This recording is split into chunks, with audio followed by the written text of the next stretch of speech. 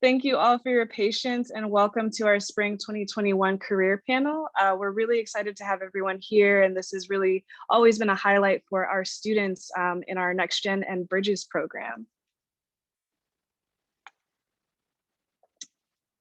Let me go back one, sorry. Just to quickly introduce myself, my name is Jay Gash. I'm the Associate Director and Creative Producer for Youth and Emerging Media Maker programs at Bay Area Video Coalition. I will pass it along to my colleague Dawn and we'll introduce our team. Hi there, welcome everyone. Thank you for being here tonight. It's a great panel, so we're excited to hear everyone. I'm Dawn Valadez and I'm the Director of Youth and Emerging Media Maker programs here at the Bay Area Video Coalition. I'm excited to be here and I will pass it on to Faye. Thanks, Dawn. My name is Faye. I'm the Youth Programs Coordinator here at BAVC. This is always one of my favorite events of the year. We're always so blessed to have a dope group of media makers from really the full spectrum of media making universes here with us. It is so important to hear from fellow creators like us and like these panelists about the paths they've taken and these kind of sneaky and unexpected opportunities in this field that exist. So thank you all for being here. Thank you to our panelists. I'm just going to quickly pass it off to you, Kato, and then you can give it back. Alrighty, so many of you know me. I pop into your classes every now and then. So I'm the youth engagement specialist and I'm really excited about this. So hopefully everyone here will, walk out of the Zoom with something new and insight into the careers and the hearing from our panelists. So yeah, thank you and pass it on to you, Faye. Sweet. So here's what tonight's gonna look like. We just started, we did our welcomes, our intros. We're gonna dive right into our conversation with our amazing panelists, and then we're gonna have a quick Q&A at the end, half-hour Q&A. Great. Thanks, Faye. Thanks, Kato and Dawn. So a little bit about BAVC. We're a 45-year-old storytelling organization. We have a gamut of media makers who have gone through programs here over the span of 45 years. I recently learned that the president of Pixar actually took their first media making class at BAVC. That's where they got their start. So we have a really impressive long line of media makers and a great community who is continuing to expand, and you all are a part of that. As far as youth programs is concerned, we have a number of programs for students or young people who are 14 to 25 years old, including our Next Gen program for 14 to 18-year-olds to learn video production, audio production, game co-design, or animation, as well as our Bridges Fellowship for 18 to 24-year-olds who get the really in-depth look at how to go from pre-production to post-production and beyond in video and really hone in on their skills and preparing themselves for their career paths. We also have serial storytellers, which is also for 18 to 25-year-olds who are interested in writing their first television pilot. That's coming up. Our application is actually out now. We'll be talking about that at the very end with some of our announcements. We also have Uncharted, and we recently, or Real Stories is an organization, a film program for girls and non-binary individuals who recently merged with us, and they also have a wealth of programming for middle school and high school age individuals. So we are really honored and excited that we can have a lot of these folks in this space today, this evening, and we're excited to hear more from our panelists. So I'll kick it off to Faye for one last slide before we get to our panel. All right, zoom, zoom, zoom. I wonder how many times you have all heard me do this spiel. I see there's a lot of alumni in the audience, but we're gonna do it anyways. So let's make sure we mute our microphones. An interesting bonus of having life online is this very intimate vibe. We hear everything. So please just be mindful that you're muted during tonight. We're gonna keep using the Zoom chat functions and the reactions. We love to keep the chat alive with your thoughts, with your questions, your affirmations. Just plop it in there. We'll be monitoring it. And be mindful of your airtime. This is a life best practice that I try and tell myself every day. check yourself every so often and try and notice whether it's your own voice that you're hearing most of. When you need it, get up, stretch, listen to your bodies. I personally struggle with sitting in one spot for 2 hours. We don't expect you to be glued to this for 2 hours right in front of your screens. Do what you got to do. And really have grace with yourself and others. There will be times, I guarantee it, when the internet is a bit shoddy, the audio is weird, when your patience for your screen runs thin. Please just be kind to yourselves and to each other. It's going to be cool. We're going to roll with it, just like we have for the past 12 months. Awesome. Thanks so much, Faye. So without further ado, I'd like to introduce our panelists. We're going to attempt to pin them as they're speaking so that everyone can see. And first, we have Armando Armas. We also have Elena Dugdale, Ayanna Rusi, and Ree Bell, who are joining us. If for this moment, and I may also add it in later, if we can just unmute yourself or in the chat, give a round of applause for our panelists. I know we're not in person, there would be more clapping, but I wanna just appreciate the folks who have come to join us this evening. So we're gonna get started with each panelist just briefly introducing themselves and their title or how they identify, and then we'll go through each panelist individually. So they'll talk about their career path, their creative journey, and all of those things, as well as sharing a little bit of media that they have provided us with. So let's go ahead and go down the line. We'll start off with Armando and then just straight across. Cool. Yeah, thanks for having me. Super stoked to be talking to everyone today and just having this conversation about media making, especially like now. My relationship with BAVC has been with Dawn. Actually, out of college, we worked together on one of her documentaries. That was a super rewarding experience, and we've been in touch ever since. But my role in my career, I'm a video producer at Dropbox currently, working on internal and external video content. So internally, that can be anything revolving from tutorials to employee spotlights or anything else informational with the company. And externally, we get to work on employee spotlight and highlight pieces. So that could be focusing on employees from our resource groups, such as Black Dropboxers, Latinx, Pridebox. So that's the bulk of what I've worked on externally. But we're always involved in some way with video content at Dropbox. And yeah, it's been an awesome ride. Awesome. Thank you, Armando. Emily, you're up. Hi, everyone. My name is Emily. So I'm a journalist with National Public Radio in Los Angeles.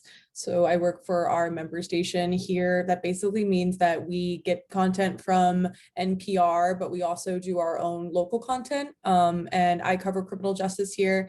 That's a lot of things, right? That's police, that's, law, courts, prison, jail, a lot of different topics.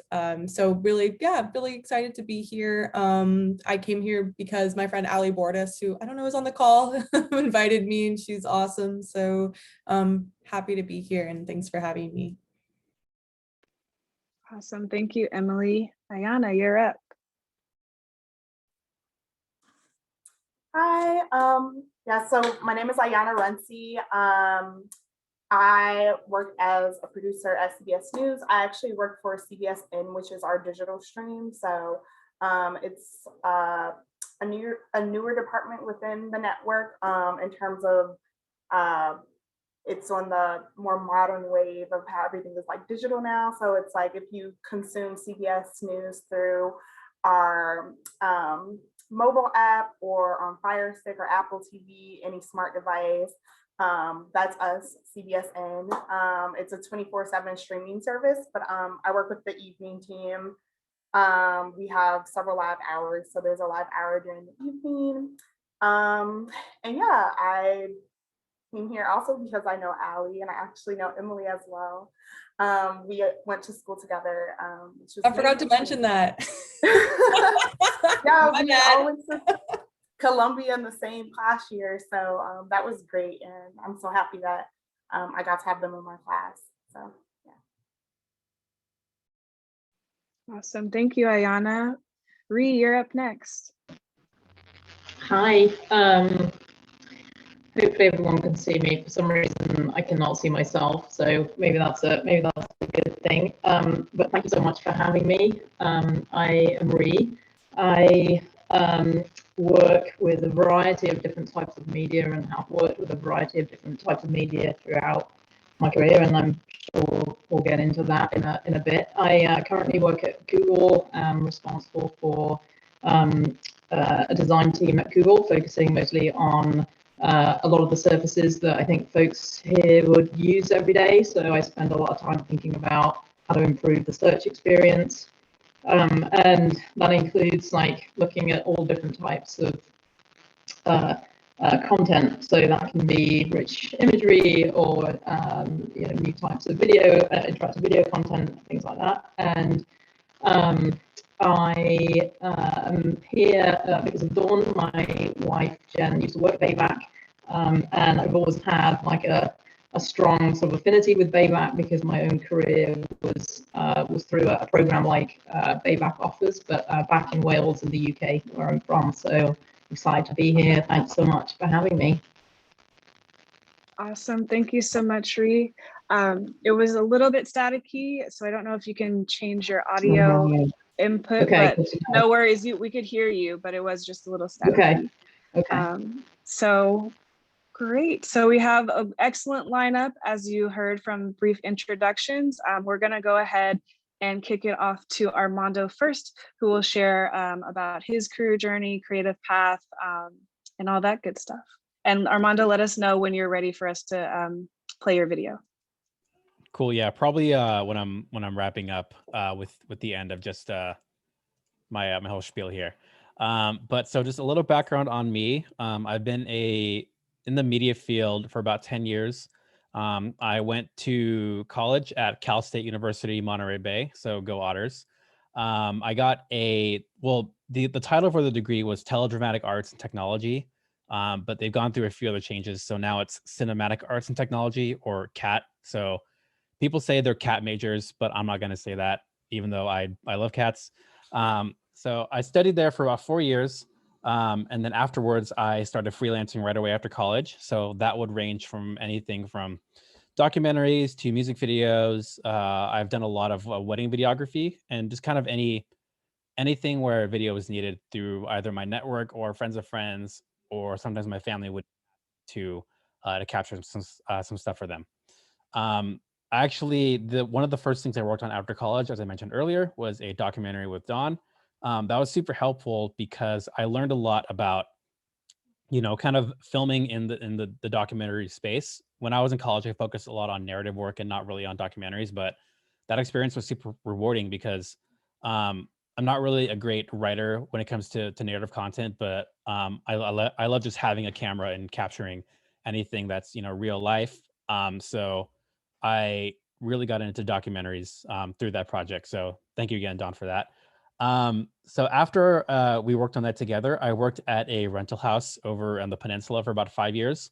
I worked there mainly because I needed a job and it was hard to find consistent freelance work. So I took that opportunity to better my skills as just a general production person. I thought it wasn't going to be as rewarding as it was in the end. But the cool part is my job entailed cleaning and maintaining, video equipment, photography equipment, so lenses, cameras, audio equipment, like anything related to the video space, I would, get my hands on it. So any new camera releases, any new lens releases. So that was great. And a really big perk of that job was I would get to rent the equipment for free on weekends. So I would use that a lot for, my some weddings I would work on, some documentaries I would work on, and just really get my hands on a lot of new equipment so I could kind of be on top of whatever new production practices were happening within the space at that time. So that was from about 2012 to 2017. So basically any camera or piece of gear that came out between that time, like I've gotten to use it and gotten my hands on it. So, I've gotten to use some Red equipment, a lot of higher end Canon stuff, and just it really helped me grow creatively because a lot of the staff there were photographers and videographers. So oftentimes we would, help each other on different projects. And I see in the comments. So yes, I worked at Bar Lenses for 5 years. So I worked there. It was a great experience. And in 2017, a alumni from Cal State Monterey Bay, they reached out to me because their role within the company at the time was more focused on office builds. So we went to school together for film for the same thing. We helped each other on our final thesis projects, which was awesome. But with him being in the kind of office build phase, like office AV, networking, all that kind of stuff, he didn't have time to help teams with content that were within Dropbox. So oftentimes the communications team and various other teams within the company would ask him to produce videos for our company meetings, our company all hands. And since the company was a lot smaller back then, he would be able to do a few projects here and there. But as the company was growing, like back 2016, 2017, he became more involved in the work he was doing and didn't have the time to take on a lot of those projects. So he basically asked me if I would be interested in coming to work for the company and kind of spearheading doing Dropbox, which was an amazing opportunity. And I took the role because it was, more in my alley of wanting to produce, content, informational content.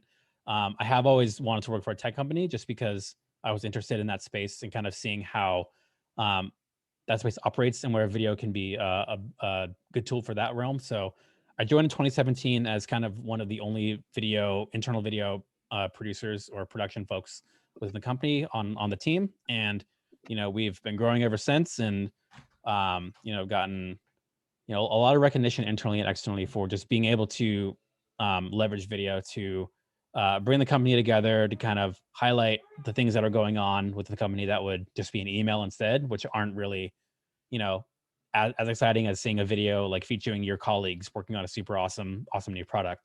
So yeah, that's kind of where my career path has been. And then as far as inspirations, I have always wanted to do video, but I kind of lost sight of that in my teenage years. I grew up, watching all the big blockbuster movies. Like I was a huge Star Wars fan as a kid, Steven Spielberg, all like that. And when I was younger, that's what I was set on doing. But as I was going to, like middle school and like those years, I didn't really know what I wanted to do. And same in the beginning of high school too. I kind of gravitated away from that because I don't know, I just had other interests when I was younger.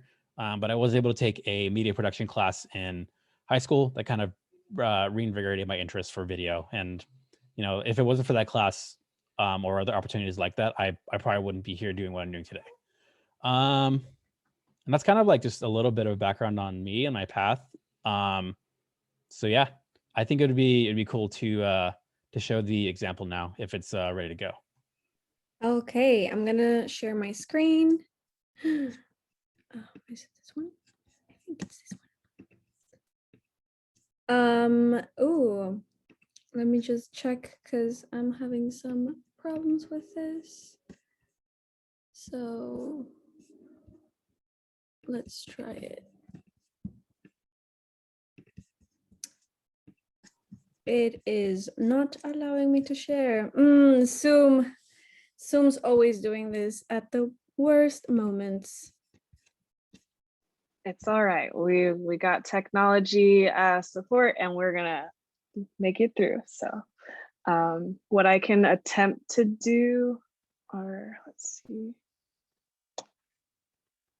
Yeah, let me go ahead and try this out. Hold on one moment. Yeah, I'll Dawn asked a question about my short film about baseball in the Bay Area. So I'll talk a little bit about that while we're getting set up here. But I'm Bay Area born and raised. I'm in the East Bay currently. Been here all my life. So this is pretty much all I know, except for my time in college. But after moving back, I discovered a baseball league in the Bay Area, but not like your normal softball or like other fast pitch leagues. It's a vintage baseball league, baseball being 2 words. So they would play by 1800s rules, complete with the uniforms, the equipment, the whole thing. And it was like for me being like an avid baseball fan, like an avid A's fan, it was a riot because, you would see, major leagues on TV, but then you go see these group of guys just playing with, 40-ounce bats and gloves that are the size of like gardening gloves trying to play like baseball. And it was just really, really just interesting to me as a huge sports fan. So I did follow them for a season. I think this was like 2015, 2016. Just documenting the whole process. And this year, or actually not this year specifically, but during quarantine while this started, I did set a goal for myself to kind of finish the whole thing by the end of quarantine. But luckily I've been lucking out in that case because we're still in quarantine. I mean, I don't want us to be in here anymore, but I am still working on that. I made that a goal for myself, and I'm hoping to get that out and release that because it's just interesting seeing people have this like their day job, their day persona, their like 9 to 5 persona, where some people might be they work in tech or they work in another kind of environment where it's not related to this sport at all, but on the weekends those like meet up with their team and just play some ball. They would play, a lot of teams would play out in Golden Gate Park. There were teams that would play over in Oakland, the South Bay, Hayward, stuff like that. But yeah, that's a cool project that I've kind of been like working on over the past few years. Perfect. Thank you so much for sharing, Thank you, Armando. Anna. And thank you for being patient, everyone. I think I got it now. So let's see. So we're going to be sharing it via Zoom. And as some of you know, Zoom and playing video can be a little bit choppy. So I'm going to add the link in the chat. So if you'd like to start it, you can go ahead and then just make sure you're all muted and there's no feedback coming from your computers. But yes, enjoy. Let me mute myself.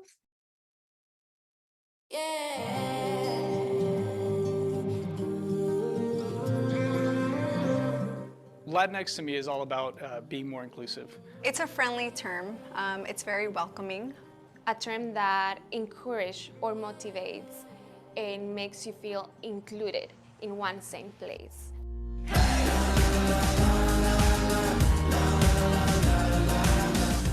We rebranded Hispanic Heritage Month to Latinx Heritage Month to really make sure that as a company, we were being as inclusive as possible as we celebrate these cultural identities. Mejor Juntos to me is all about celebrating our differences, understanding that the more different we are, the closer that we work together, the greater the outcome is. Come from a family that was dealing with a lot of agriculture jobs, and watching them pick and actually gather food and seeing an abundance of varietals of food in my upbringing, it inspired me to be on the other side of it as far as cooking. I grew up in Mexico City, and in middle school, I started going to an American international school. Because of that, going to college in the US was way more on my radar than it would have been for most kids in Mexico City. My dad always says, like, your inheritance is your education. This was like his gift to us, and I really kind of have taken that to heart and try to make him proud while I'm here. I do owe who I am and how passionate I am about things to my family, and I was raised by all females. If you want to go fast, go alone, and if you want to go far, go together. The bigger community, the bigger the knowledge and the power. I was born and raised in El Salvador, and I moved to United States 15 years ago. Being Latin is not something that you should be shameful. I will say completely the opposite. Be proud of it and just bring that positivity, that energy, that spirit of happiness is beautiful. People really enjoy that. I have experienced discrimination because of my accent, because I do speak Spanish, but actually I do believe it's an asset. And I use it as a tool in order for me to fight and try harder because I know that there is an opportunity here for me.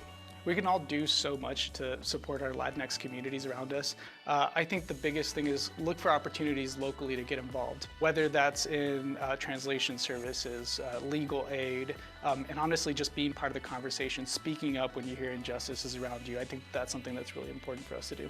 Something that I've always wanted to accomplish one day is to go back and show people that the Central Valley is beautiful and that agriculture is beautiful and where food comes from is beautiful, and it also represents our lineage of people and family. And I think that's what makes me me, and it's what got me here. I am just so excited that we got to basically throw a month-long celebration of all that makes this culture unique and do it in ways that, you know, anybody can really tap into. So whether you love food, you love culture, you love music, there's a thing to do it. I can't wait to see people become more engaged with the Latinx community by being exposed to it at Dropbox. And I feel really grateful that we're able to do this every year.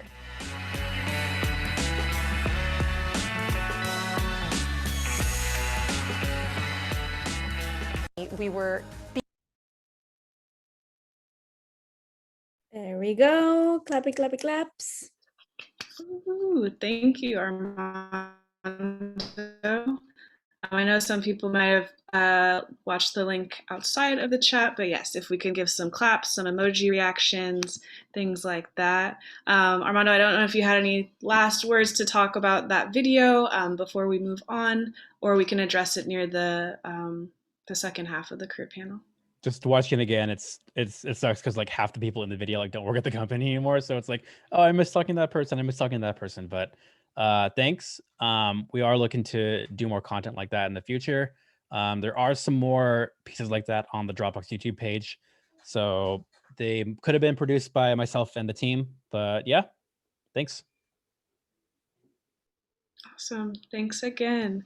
Let me queue up the PowerPoint again.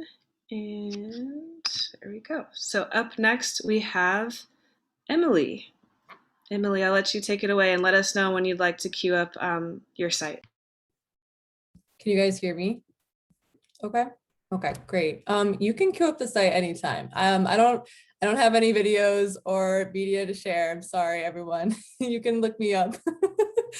Yeah, you can throw up my bio whenever. But yeah, so thanks so much for sharing, Armando. It's really interesting to learn about you, and hi everyone. I would say I come from, I guess, a background that like I didn't really know anybody in media like 10 years ago.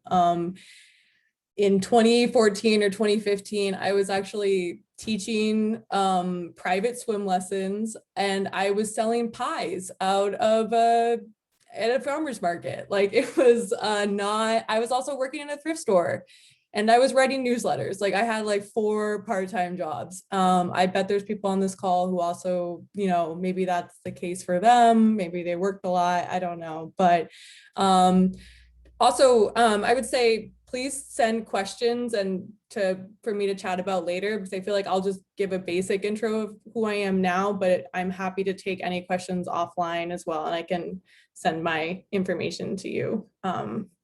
Yeah, so I guess I started out in journalism. Like I did it a little bit in high school. I wrote a couple articles in college, and then I lived and worked in the Bay Area and freelanced, but that was really hard. Like I think Armando had said, like freelancing is really hard. Props to anybody who could do it.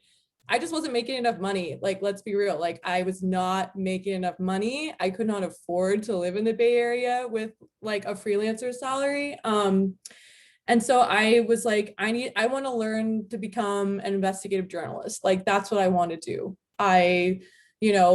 I've always been interested in investigative journalism. I was interested in learning more about audio. My kind of background, I was born in Colombia. I moved here as a young child and grew up in the US, and I felt really distant from my Colombian heritage and my family there. I felt like as an Afro-Latino, I didn't see myself in a lot of Latinx spaces, or, I didn't feel I felt a lot for people who didn't see themselves. And I'm also queer. So I had like the trifecta of like everything. And I wanted to change that, especially with investigative journalism. It's like a lot of white guys. It's not a lot of queer women, queer people, non-binary people, people of color. And I was like, look, like this is crazy. Like you read these stories, they're about underserved communities, and then the people who are writing them are all white, which is fine, but it would be great to see less of that. So I got a scholarship to Columbia, and I went there. I would say if anyone's looking to do like higher education, I can talk about that, for film or journalism. I wouldn't recommend it unless you get money to go. I know people who are really in debt, and so like we can talk about that too. But so I went, that's where I met Ayanna. Yeah, that was a really hard year, to be honest. It was really hard. And then after that, I moved to LA, and I got a temporary job at a national public radio station here in LA. That was great. And then I moved to Hawaii, actually. I moved to Hawaii for a year and I worked on a podcast there, and did an investigation into illegal adoption. It was basically a story about a small Pacific Island community who basically there was an adoption pipeline between that place and the United States. And I wrote about that, and did an audio story, which did well. I mean, we won awards. The main lawyer who was doing this actually was federally indicted, and has now been sentenced to jail. So it was like, it was in prison. So, you know, it was I think a success in a lot of ways. And then after that, I came to Los Angeles. I've been here for a couple of years now. I started as a general assignment reporter, and then I worked my way onto the criminal justice beat. And now I cover criminal justice, and I'm working on a story with ProPublica. If you guys know who they are, they're a nonprofit outlet based out of New York City. So we're doing a collaboration together, an investigative story looking at police misconduct in LA County, and a settlement agreement between the Federal Department of Justice and the Los Angeles County Sheriff's Department. So I guess that's a little bit about me. I would say that, you know, I didn't have a lot of connections in media. My family are actually healthcare workers.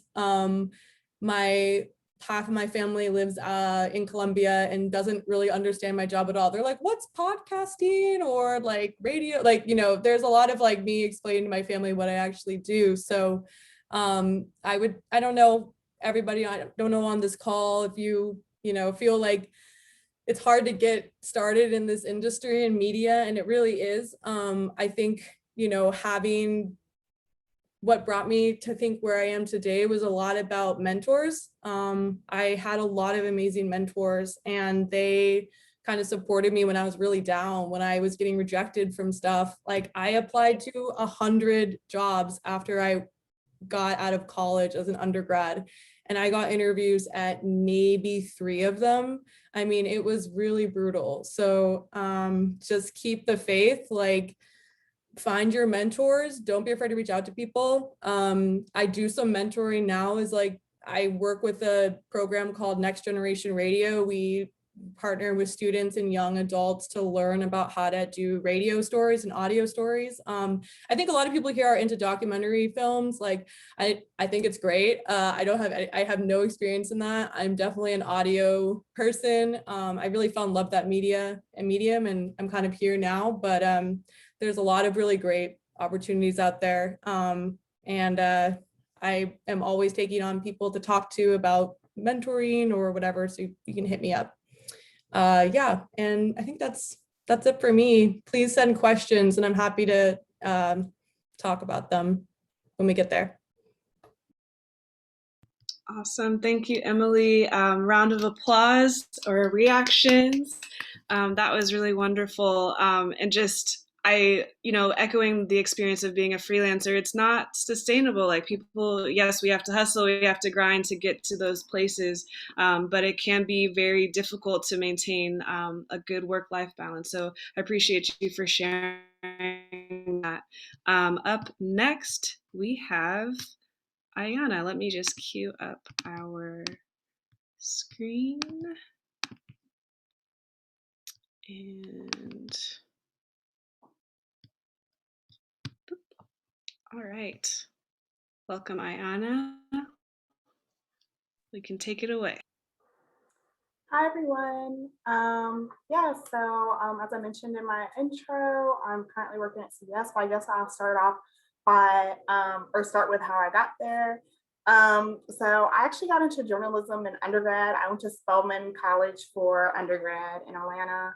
I was actually an international studies major. I didn't go to college thinking like, oh yeah, I want to be a journalist, but I had always been a writer like my whole life. I have that story that I feel like a lot of writers have, where I was just like writing stories. Like that's what I did for fun. As a little girl, I was like writing in my notepad and like sharing stories with random people.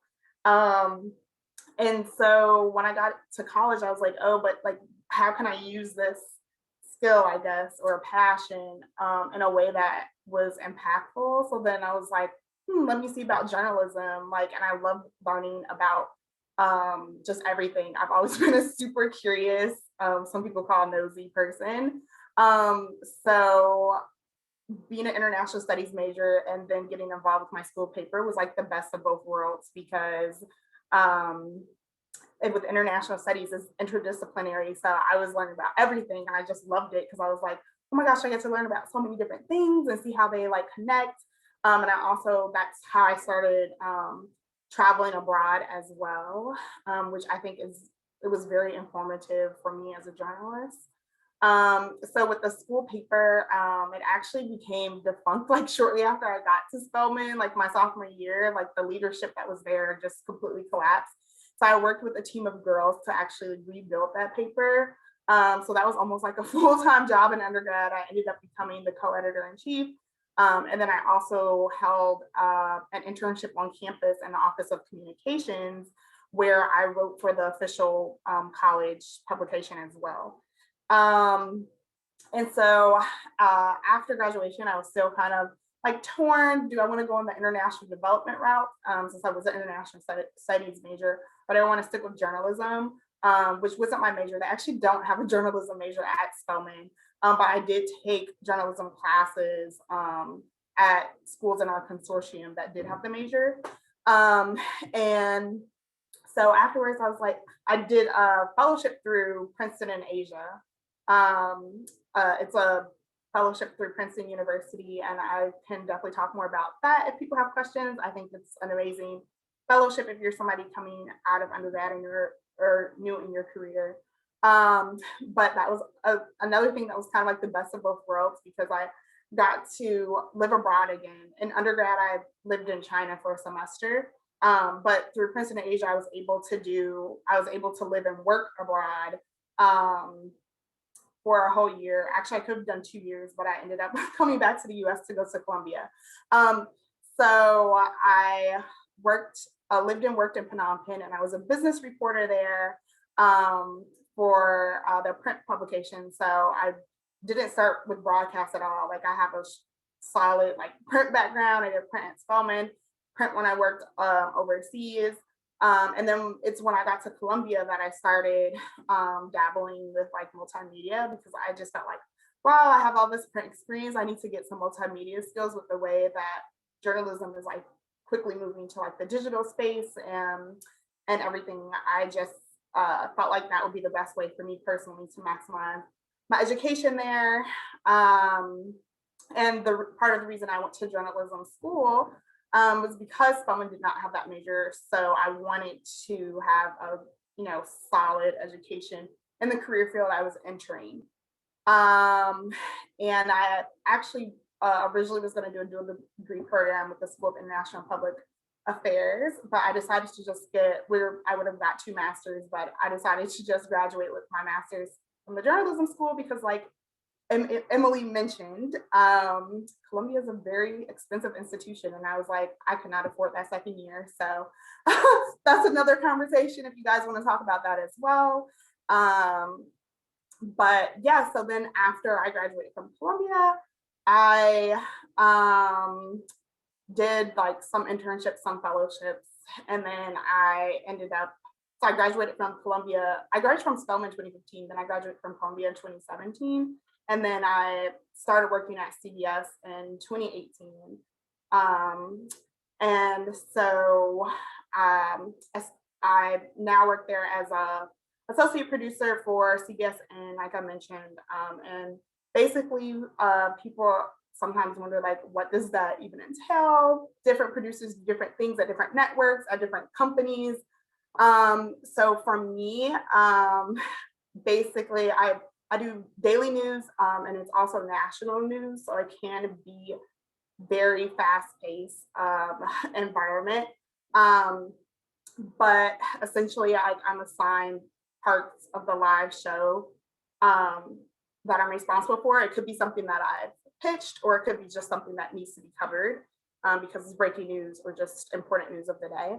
And I just have to become an expert in whatever it is that I'm producing, and I write the scripts for that.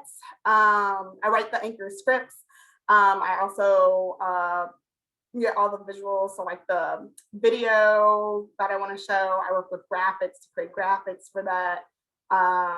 Basically, and I write the banners. Basically, everything you see in here, I'm responsible for. And there's just a lot that goes in on the back end, but it's a very writing heavy position, which I think a lot of people might not realize when they think of like producers, especially working for video. It's as writing heavy as being a print journalist, I would say, but it's completely different type of writing. So I definitely had to overcome a learning curve in this role.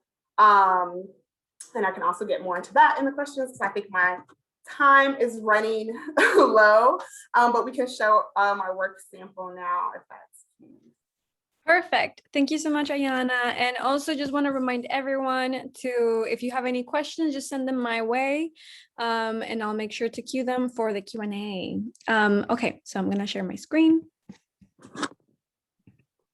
and mute myself.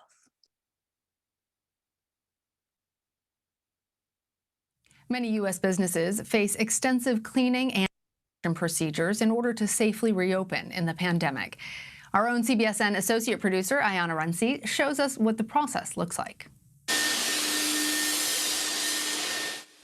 Many U.S. businesses are undergoing extensive cleaning and disinfection in order to safely reopen in the coronavirus era. This includes the Microsoft Theater in Los Angeles, which was reopened for a blood drive in May. The venue is owned by the Antelope Entertainment Group, otherwise known as AEG. David Anderson is the company's Senior Vice President of Operations and Event Production. He says reopening the theater was a challenge. Temperature checks and so forth, all those type of things, restroom areas, break areas, all those areas had to be touched. And so it was a lot, it was a process, and making sure that, you know, any surface that would be touched, whether it was a door, anything in the area, general area had to be taken care of, and that's kind of what we did. AEG used a restoration company called Belfor to get the job done. Belfor CEO Sheldon Yellen says about 100 workers in PPE and hazmat suits were sent in. And this is not just a regular janitorial type clean. Through our processes, again, of spraying with electrostatic sprayers and then applying an exclusive application that we have in the North American markets, BioProtect, which can allow surfaces to be virus-free up to 90 days. But Belfor has had experience disinfecting large spaces. COVID-19 has sent them around the world. We were actually the ones that went to the Princess Diamond ship, and we cleaned that ship in the Japanese harbor. 4 weeks later, the ship sailed, clean and free of COVID. Since then, we've been cleaning throughout our Asian, European markets. We were the ones that were cleaning the international flights that were coming back, bringing Americans and Canadians back to the States. We were cleaning the Army bases that were used originally for quarantine purposes. We were doing hospitals, police departments, fire departments, making sure that ambulances were cleaned after each individual run. And as local economies try to reopen, Belfor says it's been inundated with calls from businesses about disinfecting. Not only that, businesses are also seeking cleanup help following recent protests over police brutality and social injustice. We were called on by many governments to board up government facilities.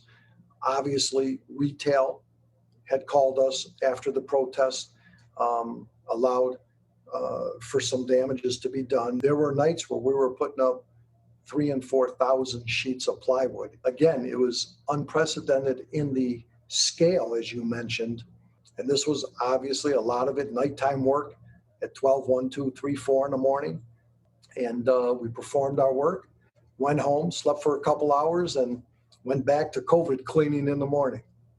But as COVID-19 cases continue to rise across the nation, it's unclear when sports and entertainment venues like the Microsoft Theater in LA will reopen to major events. AEG says it's preparing for that day. our focus now is making sure that our buildings are, you know, safe and you know, clean and everything else. And we're meeting the guidelines from the CDC, and, you know, whether it's local, state, federal, we're just making sure that we have all those avenues, you know, cleared so that when the time comes, whether it's a fanless event or fans or, you know, reduced capacity, that we're ready to go. Yay, let's clappy, clappy, clap. Woo. Thank you, Ayanna. Is there anything that you wanted to say about that project and that video and what it took to get it together? Yeah, so that's actually, as you can tell, that was something that came out in 2020 when we were first reopening. And that's one of my more like, that's considered like a package in like production terms, which is like more extensive than like the daily segments I do. So like for that, like I actually sat down to like take interviews and pre-record them and like cut up the different parts that you saw in there, which is like a lot of hours of interview footage. And then just also like footage of what you saw, the actual like cleaning process and stuff, and like putting it all together. So yeah, I guess it's like a brief synopsis. And then there's other kind of videos that I do as well. But of course I don't have time to show everything, but I can definitely answer you guys' questions if you want me to explain more of anything.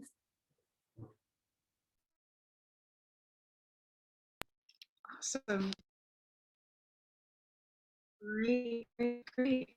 Okay, let me queue up my slide as we let more folks in. Let's see. Can you guys hear me okay? I moved to my phone. Okay. Yes, Good. Let me just give you the special treatment and get your picture up there and highlight you and all that great stuff. Thank you again, Ayanna, for sharing. We'll dive a little bit deeper into your experience in just a moment. Share.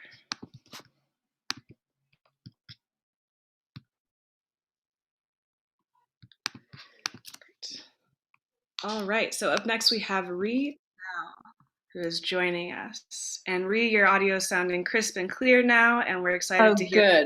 Good. Yeah, great, thank you. Yeah, and thank you, Ayanna. That was a really, really interesting report. I mean, I honestly had no idea about the scale of like the COVID sort of behind the scenes cleaning, and now I'm just I have this sort of new understanding of what it's going to take to get us back to the office. And I have a lot more sort of empathy for that crew. So hey, thanks so much for having me. I hope I can sort of impart some valuable tidbits along the way when I share my journey. I was born in Wales, in a very small town called Aberystwyth, and this is the sort of upbringing and my family history is important because it sort of has led me, I think, and kept me motivated throughout my career. I grew up in a very religious household. My dad was a minister and an evangelical Anglican, which is was a very strict household. And when I was about 14 or 15 years old, I realized that there were two things in my life that really mattered to me. One of them was video games, and the other one was this girl at school called Sally. And my parents had no issue whatsoever with the fact that I had an obsession with video games. And at that time, we're talking, like 26, 27 years ago, it was, we're talking about like Commodore +4s and Ataris and like the very early sort of video game consoles. But my parents took no issue with that. But they did take issue with the fact that I was gay, and my dad very clearly told me that this was something that I couldn't be under his roof. I have a very good relationship with my parents now, but this was a defining moment in my life, and led to me leaving home when I was about 16 years old, and consequently failing school. And so I ended up I ended up sort of passing, I think, what would be considered to be here sort of like your general sort of like GDE or sort of just standard GCSEs they were over there. And then I got myself a job at the local university cafeteria. There was a university in the small town that I worked in, and actually it helped a lot because it made the town a little bit more cosmopolitan than maybe it would have been otherwise. And so I was actually able to like find other queer people, and actually built a really great group of friends that I really needed at the time. And so I got myself this job at the cafeteria at the university, and along with that job came access to the university computers, which, like, you know, that many years ago was a really huge deal. And because I didn't have any other way of accessing the internet. And as I mentioned, I love video games. I love pretty much anything that was interactive. I was also like the one subject that I happened to be good at school was art. There was no such thing as design then. And you know, having access to the university computers allowed me to like teach myself things like HTML. I taught myself JavaScript. I started learning about how to make things interactive and developing my first website. I started like Googling graphic designers and understanding and learning about the intersection of like art and the internet, or just like new media in general. And you know, this was incredibly satisfying to me, and I absolutely loved it. And I had never loved anything as much as I loved this before. It just sort of captured my imagination in a way that nothing else had. And because of that that sort of self-learning or, you know, teaching, I started getting interested in I started getting interested in education again. This was like, I wanted somebody to teach me, you know, how to do this properly. And there were very few courses at the time in like media and technology. But there was one about 30 minutes away from my hometown, in this town called Carmarthen, and I ended up applying to it. It was an access course to get to university because, as I mentioned, I had failed school. And I went and did this access course, and I remember just sort of being so sort of empowered by like my teachers, who were, you know, because I was just so passionate about this space, were so willing to sort of just spend time with me and teach me what they knew. And I was fortunate to have, you know, really wonderful sort of teacher there who then helped me get a place in university, which was also fraught with a lot of rejection, because I think at that point, a lot of the university courses expected you to come in with, you know, your sort of standard A levels. You're coming in from high school. You have like, you know, all these teachers sort of like applying for you and vying for you and writing you recommendation letters and things like that. And I didn't have any of that. And I actually sort of like somewhat suspect that I might have gotten into university like kind of like on a sort of technical fault. But whatever, I got there, and I ended up doing a degree in communication design, which was like one of the first sort of graphic design degrees that had a lens in media development. And when I talk about media, I mean it slightly differently to the media that we've been talking about tonight. I'm talking about sort of product design or design for, you know, then it would have been web design specifically. And I did a 3-year university degree and graduated there, you know, with honors. And at that point, I feel like I was one of the lucky ones. This was right as the sort of .com, the first sort of .com boom. It was right before the bust, and there were still a lot of companies who were like looking for I think just people who are coming out of university, coming out of these courses. And I ended up like getting a job working for actually not a new media company, but an advertising agency. And working at an advertising agency actually ended up being like the first 10 years of my career. And what was really wonderful about it was that I worked in advertising across like multiple different types of medias. So I, you know, was able to like work with creative directors and art directors who were, you know, and at the time I would have been, you know, a junior designer or a designer, and we would have been given a brand, any type. I mean, in this particular case, the example I had was British Airways. And they were essentially sort of saying to us, like, go and think about the most creative like expression you can of like this brand across a variety of different surfaces. So that could have been, you know, a campaign for, you know, British Airways' latest like routes. It could have been a series of sort of like interactive like art pieces for British Airways around the number of flights that happen to be running at any particular time. And you know, and we were just basically given sort of like free rein to go and think about like all sorts of creative explorations for these brands, and I absolutely loved that. And it was a really interesting time in my career, and I felt like we were given free rein a lot of the time in this early period, as sort of like new media was really developing into what it is today. And then after about sort of like 10 years of working in advertising, 5 years of that I had actually been out in the States. So I've been out in America, in San Francisco, for 15 years. I came out with work. They brought me out to work as an art director on a Visa rebrand.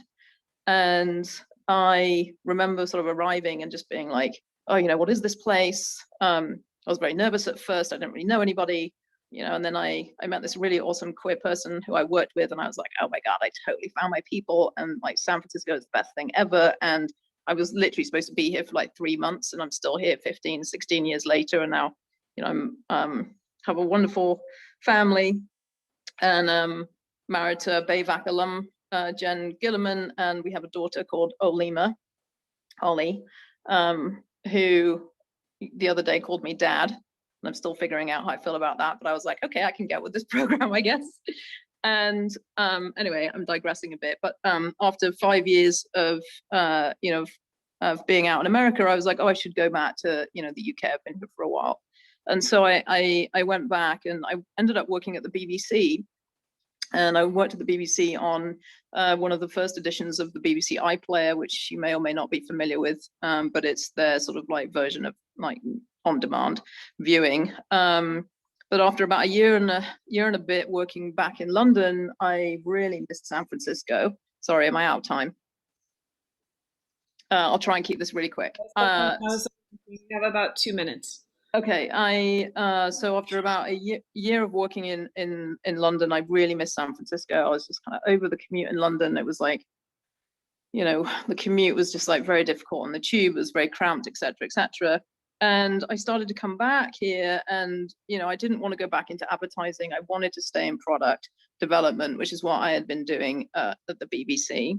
But one of the jobs at this point, I couldn't be particularly picky because I needed a green card, but I also was just like, oh, I could go back in advertising, but I don't want to. And then this company Zynga came along, and they were like, you know, you love video games and you love product, why don't you work for this company? And I remember being a bit egotistical at the time, because I was like, I'm working at the BBC, I don't want to work for Farmville. But you know, I shouldn't have been so egotistical, because I ended up working there for 5 years, and it was like one of the highlights of my career today. I learned so much. And that would be like one of my pieces of advice, is like thinking about whatever role you take, or whatever, you know, position that you're in, like what you're learning from it and what you want to learn from it has always been something that I feel like has led me throughout my career. So I was there for 5 years. After that, I went to NerdWallet. I was the VP of design for NerdWallet, and I loved that company too. I was there for 3.5 years and grew that team from 1 designer to 50. And I'm really proud of sort of the values that we instilled from an you know, inclusivity standpoint at NerdWallet, and the work that they continue to do there today to sort of promote financial equity or economic equity as much as you can in this sort of like environment we find ourselves in. And then the last 3.5 years, I've been a senior director at Google, and I oversee a large team now of about 250, a variety of different types of people and disciplines, you know, from all over the world with all sorts of backgrounds. And it has been a heck of a journey, and it continues to be. So every day, you know, I'm learning something new, or I'm humbled by something that happens on the team, or a story that, you know, somebody wants to share with me. So yeah, that's it. There's no media, I'm afraid. I didn't provide anything. I'm sorry for that. And I was like even looking up to see if my website works, but it does not, unfortunately. Yeah, no worries. Thank you so much for sharing, Ree. Can we give Ree a round of applause? Thank you for sharing about your journey. It's definitely like the path that you took are really incredible to hear about. So thank you so much. We're going to transition a little bit to our Q&A. I have a, let's see, let me spotlight you. I have a couple of questions to ask each of the panelists, and then I'll open it up to students. So, you know, if you have these burning questions, go ahead and start sending them to Kato. And if they come up as we're talking, please, again, feel free to share those with her as well. So to all the panelists, I wanted to ask, what keeps you motivated when you're in the midst of a project? And whoever would like to start can go ahead and chime in, and I'll spotlight. So what keeps you motivated when I can start with that one. Sometimes it's honestly just hitting a deadline. Oftentimes there are projects, you know, that we would get maybe like a week before something's supposed to launch, or there's a company all hands next week, and we'll have to like put something together super quick. So it is hardest to motivate when stuff like that happens. But I guess it would just be the communication and the recognition that I receive from people at work keeps me motivated, because I know that the end product will be very rewarding for the company and for them and their team. So just knowing that I'm able to provide that assistance for them to kind of bring their vision to life in video form is very sorry, my cat wants to say something here, but you know, it's just rewarding to know that something as that might be simple to me is, you know, rocket science to someone else, and just being able to provide that that knowledge and that skill set to bring someone's vision to life is what keeps me motivated for sure.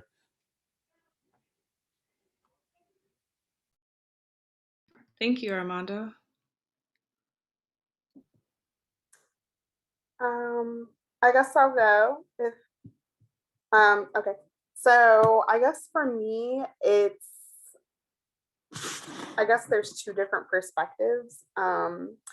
One being from, I guess, like, why did I get into this? So I think that keeps me going, like, especially if I'm working on a story that I'm really passionate to tell. Like, I think that's what keeps me going. And I actually write for the website as well, which is not in my job role. And so those are the particular projects where I have to remind myself, like, why am I doing this? Because it's basically something that I'm doing extra. With the rush of that comes with the day-to-day of my like actual role, I don't really have that thought that often, but it's when I'm doing extra stuff like writing stories for .com and stuff, where I'm able to do more things that aren't necessarily daily news, but things that I'm passionate about.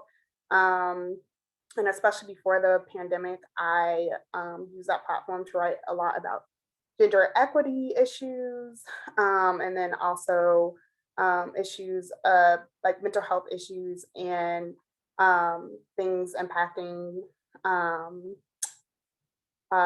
communities of color, I guess more particularly like African American communities. And so, you know, the reason why I got into journalism was to kind of, you know, talk about these things that I felt like didn't have center stage. And I think that working at CBS, it's like, oh, I finally have a stage to like push for certain stories. For example, one of my, it's weird to say that it's like my favorite story because I'm not happy that this was a story at all. One of my biggest passion projects was working about the rising suicide rates among Black children. It's been my favorite for a while, just because it was something that like CBS News actually was not going to cover, and it was the first time these rates were rising since ever being recorded, like past all of their peers.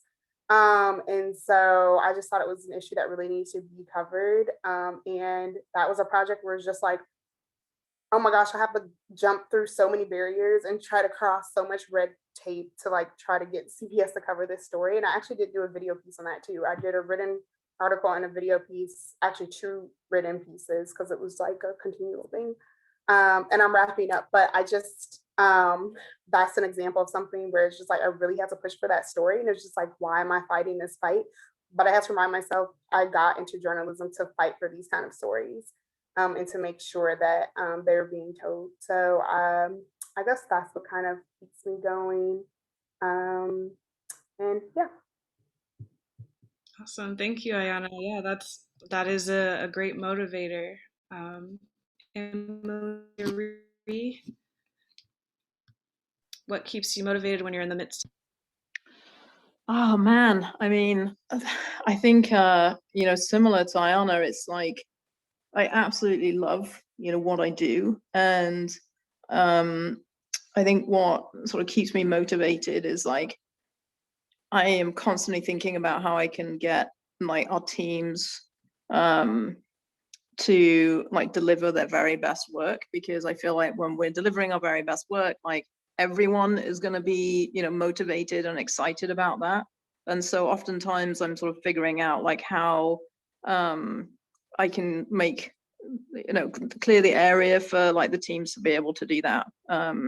And that's really what motivates me in my job, and also just in the midst of really, really challenging projects, of which there have been several, especially when it comes to sort of collaborating with other groups across Google, which happens a lot.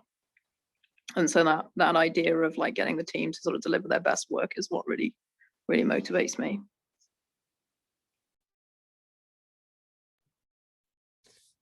Yeah, I'm sorry. I've been thinking about how to answer this question, because I think sometimes the way that I motivate myself is that I know that I have to be in a space where I can give myself like space and like self-care. And I think like having a boss who's like cool with that, being like, you need some time away from this, like take a day off or something like that. That's been really important for me. I write about heavy stuff a lot. A lot of things I write about are people who are serving life sentences in prison, people who've faced, had relatives who have gotten shot and killed by the police or facing like lifelong consequences of that kind of thing. It's really hard stuff, and I'm sure some of you on this call also deal with really hard topics. It can be hard, like quite honestly, it can be hard sometimes for me to feel motivated, because I like get personally affected by this stuff. It's scary and sad to talk about. It's sad to live.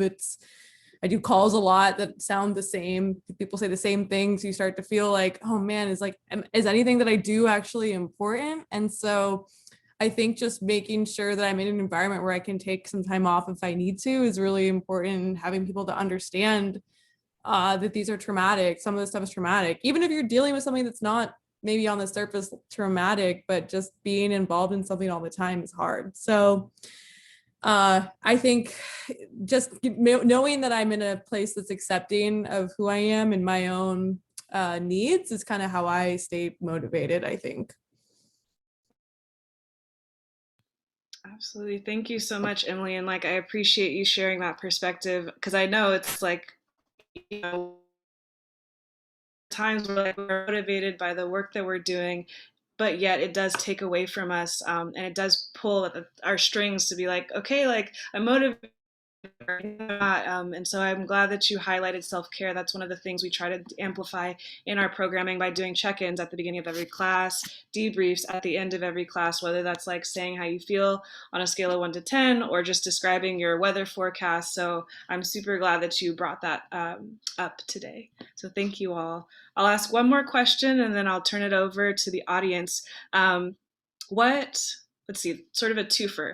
So what advice do you have for emerging artists and media makers? And or what future skills do you think emerging artists and media makers should be aware of moving forward? And I'll put that in the chat too, just so you have a place to reference. And whoever would like to begin can.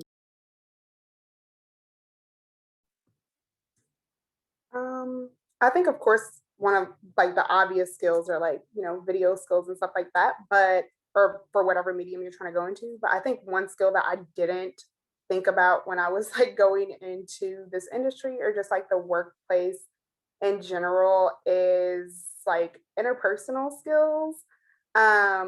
And not just in terms of like building relationships with your sources, but especially if you're going into like corporate news or corporate media, it's helpful to learn how to like navigate that workspace so that you can do the work you're passionate about. And I mean, maybe that's not the case for everyone, but it's kind of been my experience, especially as a person of colors. Like sometimes you will be the only person in the room, and there's oftentimes where it is like you have to prove yourself. So I definitely like wish that I focused on like how to do that more. Like, I mean, there's not a course for that. But I think it would be helpful to like know how to navigate like the politics of like corporate news. And then I think one way to do that is by having mentors, like Emily mentioned.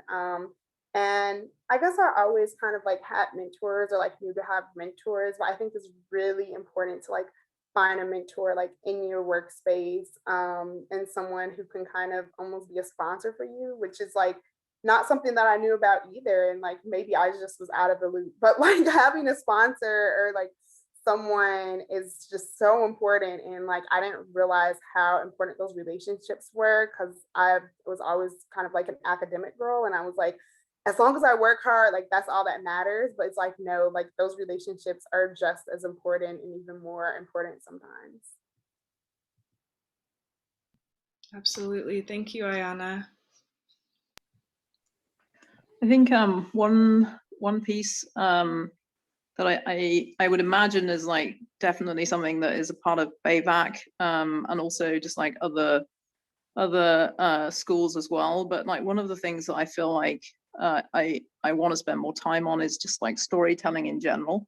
Like, and I'm not just talking about the sort of composition of like, you know, a piece of media, but I'm in terms of like storytelling, like your ideas, or being able to communicate sort of like the why you're doing something, and then the how you're going to do it, and then what you think the outcome is going to be, has been something that you know, I found to be not as prevalent as I would want, like within our teams. I feel like there was one thing that I could impart, or you know, ask of our teams. It would be like, hey, can we figure out how to, you know, help our teams better sell their ideas? And so I think that's just something that I've realized has sort of come to bear.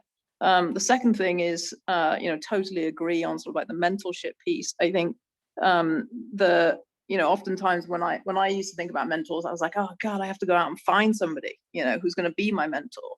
And you know, one other sort of way of thinking about it, when I look back on my career, because I also was just sort of like, this mentorship thing, what is that? Is that I have just lent very heavily into the people who I think were just excited to sort of be, you know, friends with me, or, you know, supported me in some way, or, you know, I felt like gave me, you know, really good feedback. And I was very open to that feedback and hearing it from them in particular, because they had sort of empowered me. And so, you know, I guess it's just sort of like find the people who, you know, are excited by your work and that you're excited by them. And yeah, hopefully you'll find some of those folks along the way. Yeah, I definitely agree with that, especially for the tech space. A lot of people, like, yeah, they know that you can do the work, they know that you have the chops, but it's a matter of just presenting that information like in something that they can read with like numbers and data and stuff like that. And that's definitely not what I wanted to be focusing on. You know, I'm more creative, more of a visual person, so I'd rather maybe, you know, record like a short video explaining something rather than like write like a few pages about like why this video needs to happen, like the whole process step by step. But I have learned to get better at those skills in my time at Dropbox. Like I know how to write a better email now. I know how to create, you know, a better project spec than when I joined the company. So I would say just getting in touch with presenting the projects that you're working on in like a really concise manner. One of the values within the company that I really like and resonate with is keep it simple. So rather than writing, you know, like a lot of essays, which is what I used to do for like project plans, I know now to keep things super short and concise and to the point.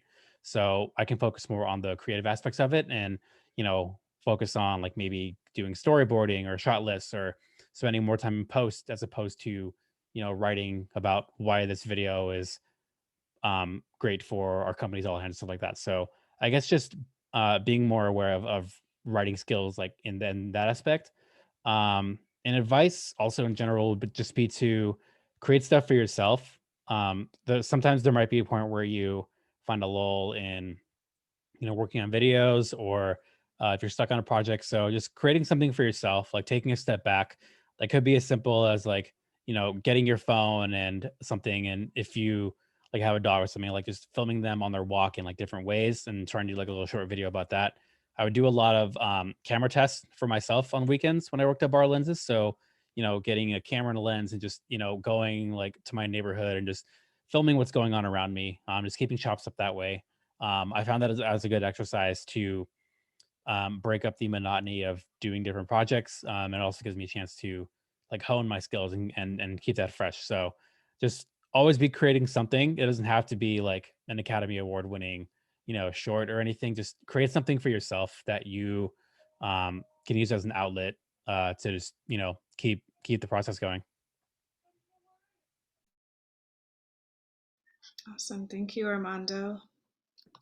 I really like what everyone said, so I don't have a whole lot to add. But I would say just find people that you think are doing the work or the work that you want to do, if that's video or whatever, if that's on like Instagram or TikTok or YouTube, whatever, I don't know, but just find them and message them and be like, hey, I want to talk about this X, Y, and Z. Like I think that's a lot of people would be happy to talk to you about what they're doing, about their own journeys, do like what everyone on this call has been talking about. So I wouldn't be don't feel shy about just hitting people up on Twitter or whatever and just saying, hey, I want to chat.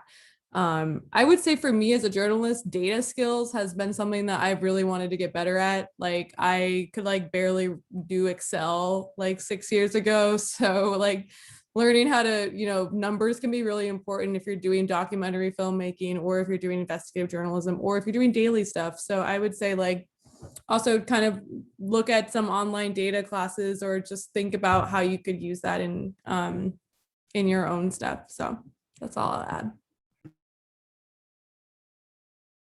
Awesome. Thank you all so much for sharing.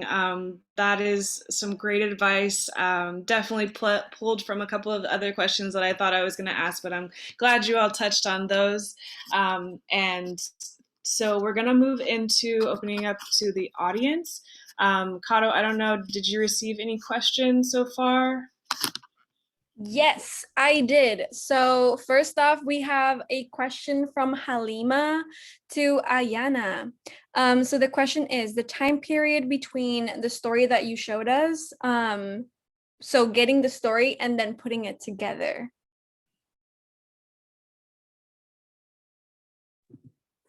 Yeah, that's an interesting question because for that particular piece, it was actually a slower than usual getting it together because it was a lot of transition. So during the pandemic year, my team transitioned to working completely remotely, which for those of you who like aren't familiar with like broadcast, like it's not something that's usual. I don't know if it's ever even been done to like produce entire shows like remotely, because all of our systems are connected to the building and the control room and everything like that. So I was dealing with that. And then also I was moving at the same time. So I feel like this timeline would not be accurate to how long it would usually take. But I would say that like for a usual package, it can take like anywhere from like a couple of weeks to a few days, depending on when you have your interviews scheduled, how you can get in, or like how quickly you can get like video turned and stuff like that. So for example, like in the piece you saw, it had like original footage from like Belfour was a company, but since we're in a pandemic, like we as CBS, especially at the time that video was aired, we couldn't, they were really strict about like sending people out. So like we have to get the footage from like Belfour and stuff like that. Sorry if I'm going too much in the weeds, but it really, really depends on like what the story is, who you're working with, and when you can get the interviews. And I'm sorry if that answer was a little bit vague, but yeah, it can be anything, anywhere from like a few days to a couple of months when you're like putting together packages. Perfect. Thank you so much. And now I have a question from Yana. And this is, I think, for everyone. So how do you deal with rejection of jobs, schools, and peer relationships, specifically college acceptances, because that's really stressful knowing something that's out of your control. So how do you deal with that? And anyone feel free to answer first.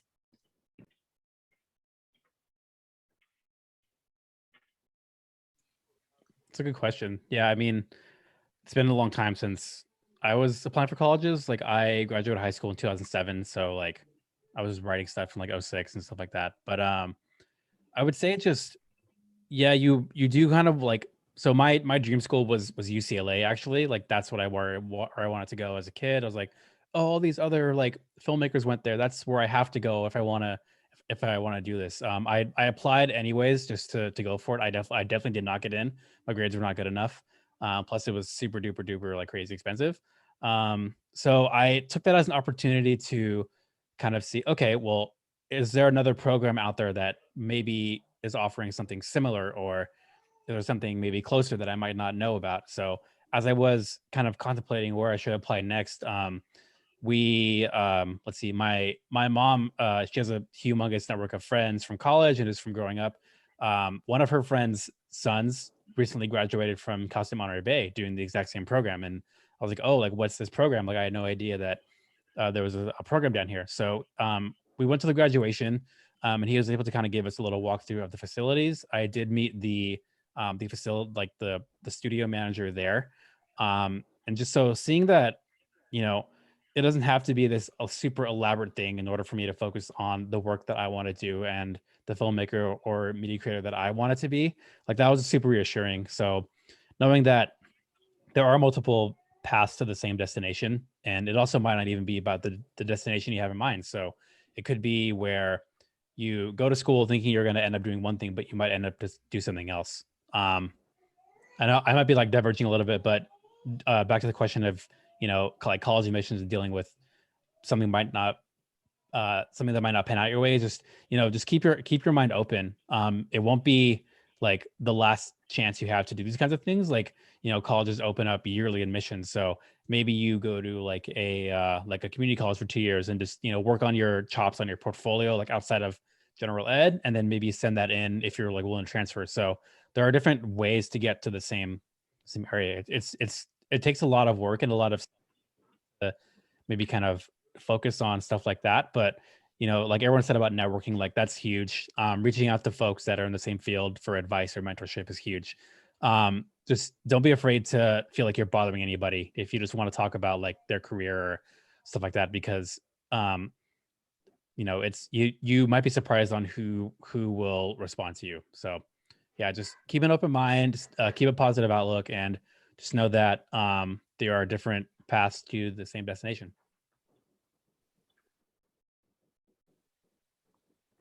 Yeah, I would totally +1 that in terms of like different paths to the same destination. And, you know, I was like, oh, how do I answer, how do you handle rejection? Because like, I mean, badly, quite honestly. I wish that I could sort of tell you some sort of word of wisdom that's like, oh, yeah, you know, here's how you do it. But, you know, I think it's just, it's a lifelong, yeah, it's just sort of like a lifelong adjustment that, you know, when it comes to rejection, I think we're all learning how to handle it, and I think we all handle it differently.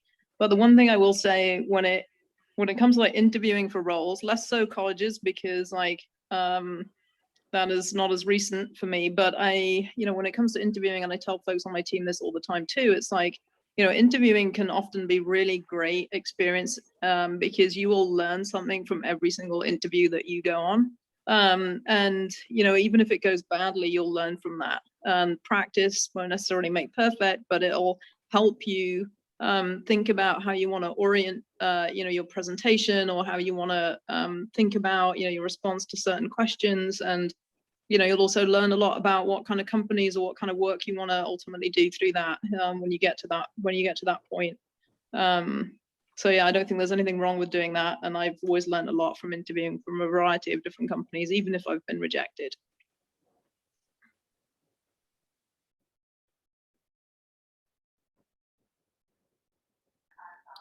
Awesome. Is that everyone? Oh, I can add quickly. I agree with what was said. It's like you can take multiple paths to the same destination, and also it's a lifelong rejection. It's a lifelong thing that you have to like learn and grow with. I'm still learning and growing with it. But I think like someone once said to me, like, just because it didn't work out, it doesn't mean that like there was necessarily like something wrong with you. It just wasn't a good match on both ends. Like sometimes you may think that you really want something, but for some reason it didn't work out, and it's just like not a good match for you.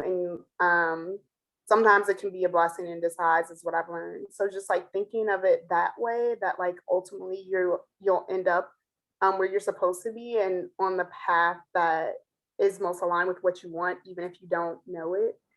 Just having that kind of thought process, I think, helps.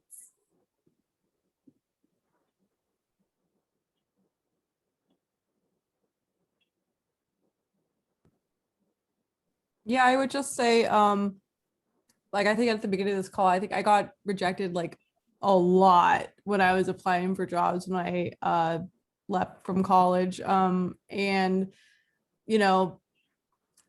you're going to find a place for you if it's a college or a place to work. Like one place is not going to be the only place you can do what you want to do. So, rejection sucks. I agree with Ree. It's never easy, but I promise you will find your people, your place. Like you're going to find somewhere, really. Like it'll be okay. I think that's all you can really say.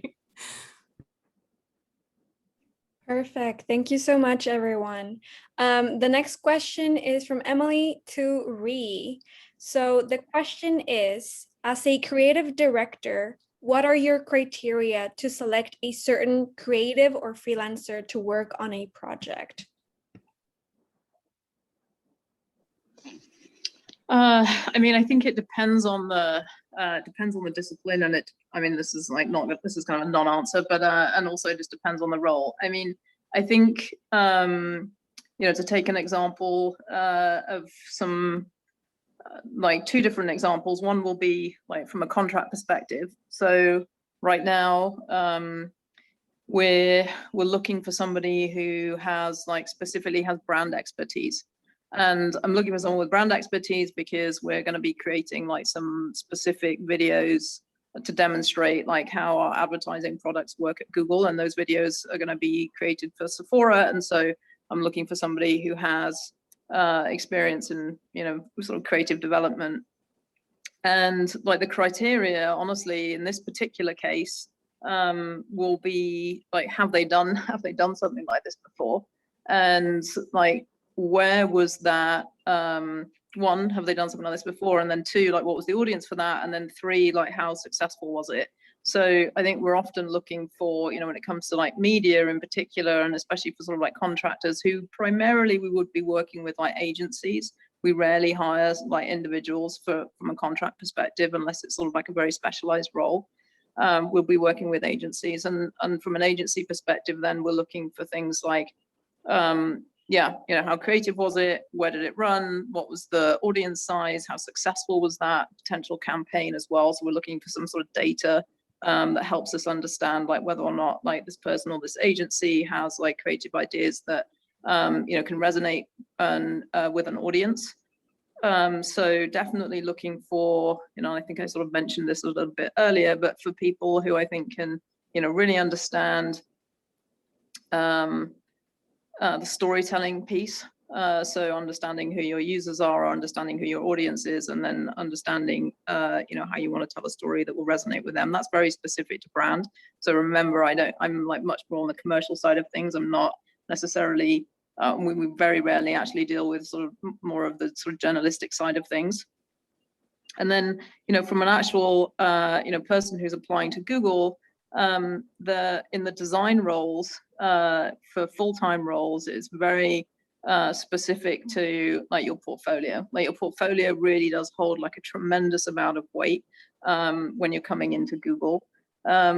We index heavily on someone's sort of like creative presentation. You have to come in and do like a 45-minute portfolio review, which sounds really daunting, and I've done it and it kind of was, honestly. But there's also like, actually Google has like a whole bunch of advocates that can help you with that. So it's in an effort to make sure that like it's not as stressful for folks actually. So yeah, within those, it's typically heavily indexed towards like portfolio and portfolio presentation. And then from that point, it's like, how well do you communicate? And there'll be sort of like problem solving questions as well. And they can be anything from like, help me figure out how to design an interactive app for the Marauders map from Harry Potter. Or, you know, there's none of those like crazy Google questions that I think are, you know, the myth of like, help me design an elevator with one button. Like those don't exist anymore, fortunately. But there are sort of like questions around, and we do look for like, you know, hey, how broadly can you think around like certain topics? Awesome. Thank you so much, Reeve. And thanks for the questions that were asked. Really, really great questions and very important knowledge to take in and glean from our panelists. Kato is going to ask one final question that came in through the chat. But before we do that, I wanted to take a quick, for those of you who feel comfortable with your cameras on, I wanted to do a quick screenshot of everyone who's joining us today. We love to see your beautiful faces. And while you're doing that, if you can grab an object, well, we'll do a regular photo first, but also in the meantime, try to find an object that is nearby. We try to do a silly photo second. So when everyone is ready, I'll take our first couple. So if you're turning your cameras on, now is the time. And we'll go in 3, 2, 1, smile. Excellent. All right, where's your object, everyone? Let's bring your objects into play. Let's see, got these CMOS. So get your objects. See a Pikachu in there, glass of water, a moon pillow. Yes, excellent. Plants. Awesome. Okay, everybody ready? 3, 2, 1. All righty. Thank you for indulging me on that. We're going to bring it back to Kato in just a moment, but one of the things that we have as an option is to join Breakout Room panelists for about 5 to 10 minutes near the end of this program. So what you'll have the opportunity to do is join a breakout room, and I'll let you know who's going to be in which room. I believe you can come back to the main room and pop back into another breakout room if there are 2 panelists or more that you wanted to hear from. But without further ado, Kato, you can. Alrighty. Okay, so the last questions for anyone to answer. The questions from Madeline. So what advice do you have for creating media and have it produce the impact you want it to have regarding heavier topics that you care about but don't necessarily experience in your own life? And I'll send you that question to the chat. But yeah, so feel free, anyone, to answer that.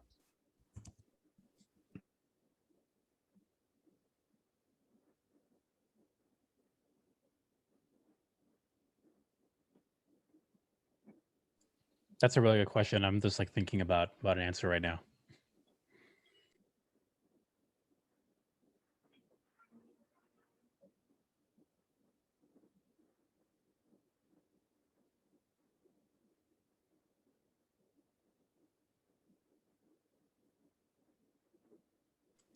I guess for the video aspect, I would say even before like you start production on these kinds of projects, just just talk to your subjects, just get to know them as people instead of the person that's going to be involved in your film or your written piece or anything else like that. Just get to know them as people, so that way you can kind of form that connection and kind of see where they're going at or where they're coming from beforehand. A good practice that I do sometimes in my day job is do like pre-interviews. So like just hop on a Zoom call for like 15 minutes or so, just get to know them as people, like maybe have some like icebreaker questions, and then kind of delve into the topic and kind of have the person explain to you in their own words, their story. I find that it helps folks open up a lot more when the cameras aren't rolling, like in that aspect, because I know a lot of people get like stage fright or like worried about like, oh, I have to like look good on camera or like say the right thing, or I have to like pause and restart my story. So just anytime you can spend with your subjects before to kind of learn their story before you either start with your written pieces or your audio projects or design projects or like video stuff too. Just take the time to get to know the person that you're highlighting and their story, I would say, before like diving first into the project and recording anything. And I guess like building off of that too, I guess this is something that I more so did before the pandemic. So I was thinking like, oh, is this still relevant? But like to actually go to the like area or community that you're like reporting in and like spend time there. So it's not just kind of like, oh, like you're just like picking up the phone and kind of just bombarding someone with questions. Even though I think like the pre-interview is like a great idea. But like to also just like go in person and like see actually like what's happening. Say for instance, you're talking about like maybe a community that's having like a water crisis or something, like actually go to the community, go to the water plant there, like try to immerse yourself as much as possible, so that you can relate as much as you can, even though it's not your lived experience. I think that's really important, like spending time there versus just dropping in on people. I would say this stuff just takes a lot of time, to have impact, to get to know folks. You got to, hopefully, if you do this type of work, you're able to invest a certain amount of time in it. I think the more time you give something, I think it's the more chance for kind of a bigger impact. I agree with everything everyone said, like, talk to folks. I think before COVID, I would always try to meet with people like several times, maybe talk a lot, even off the record before we even go and do on the record stuff. But again, like if you're working on deadline, that's really hard, right? But I think I would say if you have the time to invest in it, definitely do. I write about stuff all the time that isn't my lived experience. That shouldn't deter you from doing something as long as you're talking to the people who have lived experience, right? So I think sometimes you see a lot of stories where they're just quoting like experts and people who never experienced that thing. Like that's a trap I know people can fall into because it's easy to get those people on the phone, but you got to make sure you're talking to the people who have that real experience, if that's not something you bring or someone else brings. I would also say when you're shipping your project around or when it's done and you want, like, make sure you're getting it on social, you're talking to organizations and the communities you're working with and being like, hey, I did this thing, show it around. Email everyone make sure you're pushing it out so it gets in front of people. And that's one way to kind of share and get some impact.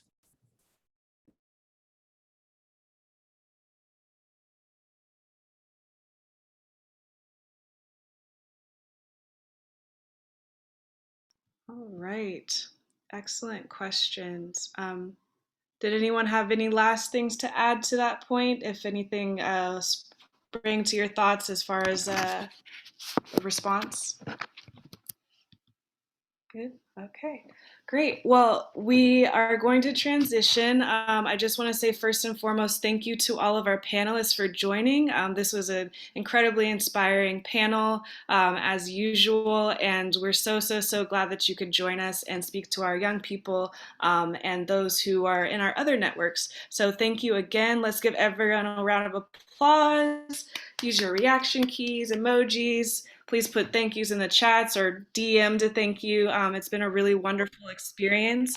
Before we go into the breakout rooms, and I'll list them off and who's going to be in which room for about 5 to 10 minutes, as I mentioned, Kato has a couple of announcements. But thank you again. Yes, hello. So first announcement, summer intensive media making program is open. That is for 14 to 18 years old. The applications are still open until, I believe, May the 3rd. And then for our youth and transitional age youth, we have the Serial Storytellers program that's for you to develop your TV show, whether that is fiction or nonfiction. So applications are still open. They're closing on April 19th. So please, if you're interested, ask us, ask Jay, Dawn, Faye, Ali, or myself, and we'll send you more information. Also, make sure to follow us on the Instagram page. It's at BAVC Youth, so BAVC Youth. And we're like putting everything over there. And Ali, if you want to add more on the on Real Stories, what announcements you have for them?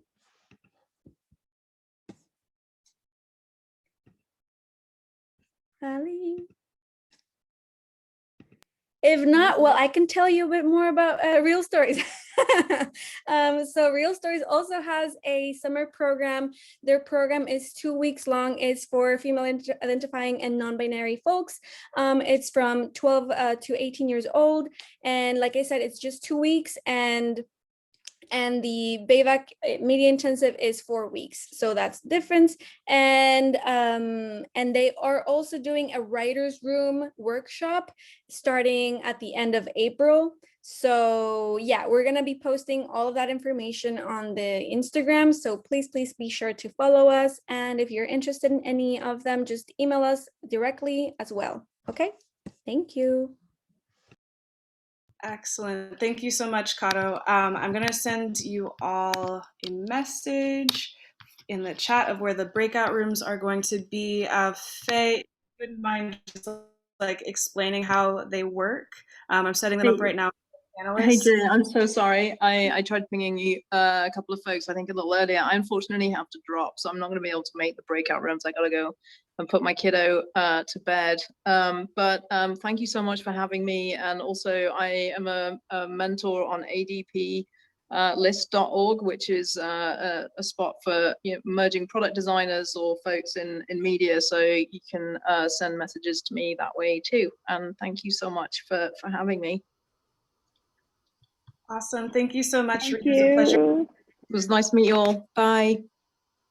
So there will be 3 rooms.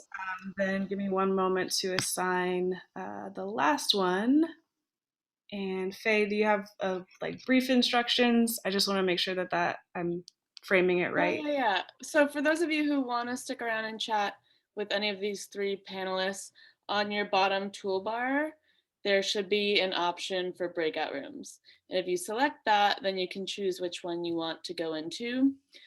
You will need to have Zoom version 5.3 or higher to access this, which I don't. So I don't get to join a breakout room.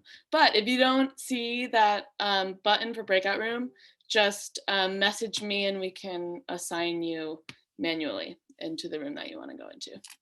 Cool.